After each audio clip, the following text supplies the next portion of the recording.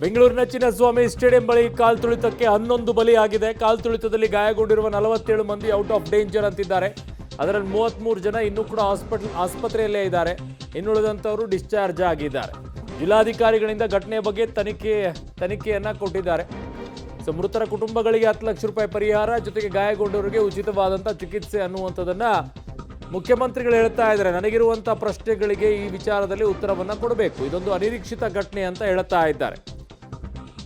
ನಿರೀಕ್ಷೆ ಇರಲಿಲ್ಲ ನಮಗೆ ಅಂತೇಳಿ ವಿಧಾನಸೌಧ ಬಳಿ 1 ಲಕ್ಷ ಅಭಿಮಾನಿಗಳು ಸೇರ್ಕೊಂಡಿದ್ರು ಅಂತ ಹೇಳಿ, ಸ್ಟೇಡಿಯಂ ಬಳಿ 3 ಲಕ್ಷ ಅಭಿಮಾನಿಗಳು ಬಂದಿದ್ರಿಂದ ಕಾಲ್ ತುಳಿತ ಅಂತ ಹೇಳಿ ಕ್ಲೀನ್ ಚೀಟ್ ಅನ್ನ ಕೊಡ್ತಾ ಇದ್ದಾರೆ.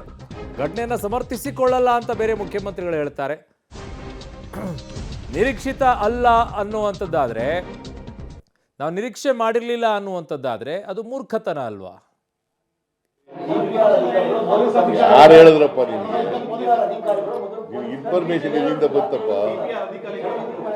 ನಿಮಗೆ ಯಾವ ಅಧಿಕಾರಿಗಳು ಕೂಡ ಹೇಳಿಲ್ಲ.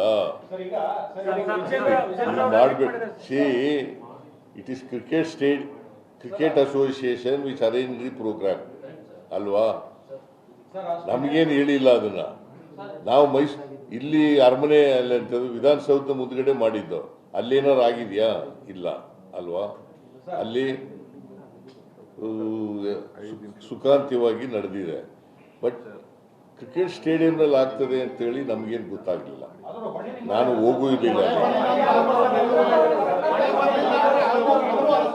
ಮಳೆ ಬರಲಿಲ್ಲ ಸಮಸ್ಯೆ ಆಗೋದು. ನಮ್ಗೆ ತುಂಬಾ ಜನ ಕಲ್ಲು ಓಡಿಸ್ಕೊಂಡ್ವಿ, ಚಪ್ಪಲು ತಗೊಂಡು ಕೂರಿದ್ದಾರೆ. ಎಲ್ಲ ತುಂಬಾ ಜನ ಎಲ್ಲ ಆಗಿದೆ. ಯಾರು